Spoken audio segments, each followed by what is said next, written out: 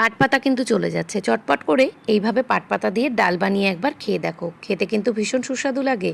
পাট পাতা তো তোমরা অনেক রকম রেসিপি খেয়েছো, একবার পাট পাতা দিয়ে ডাল বানিয়ে খেয়ে দেখো। ডালটার জন্য আমি নিয়ে নিয়েছি 1 কাপ মতন মুসুরির ডাল, জল দিয়ে ধুয়ে ভালো করে বেশ কিছুক্ষণ রেখে দিয়েছি। পাট পাতাটাকে বেছে নিয়েছি, ভালো করে ধুয়ে একটুখানি কেটে নিয়ে এবার কিন্তু মুসুরির ডালটা সেদ্ধর জন্য বসিয়ে দিয়েছি। ডালটা কিন্তু নুন দিয়ে হলুদ দিয়ে খুব সুন্দরভাবে কিন্তু সেদ্ধ করে নিতে হবে। আর মুসুরির ডাল সেদ্ধর সময় এই ফেনাটা কিন্তু অবশ্যই ফেলতে হবে। ডালটা সেদ্ধর সময় দিয়ে দিয়েছি 2টো কাঁচা লঙ্কা, আর লঙ্কাটা কিন্তু আমি অলওয়েজ কাঁচি দিয়েই কাটি। ডালটা দেখেছো আধ সেদ্ধ অবস্থাতে কিন্তু এবার আমাকে পাট পাতাগুলো ডালের মধ্যে দিয়ে দিতে হবে। ফাটা ফাটা টাইপ হবে ডালটা, ব্যাস পাট পাতাগুলো দিয়ে 1 থেকে 2 মিনিট খুব ভালোভাবে একটু সেদ্ধ করে নিতে হবে।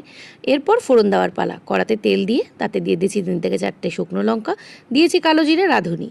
তারপর ডালটা ঝপাং করে ঢেলে দিয়ে সুন্দর করে ডালটাকে তৈরি করে ফেললাম। নুন মিষ্টি চেখে নিলাম, কেমন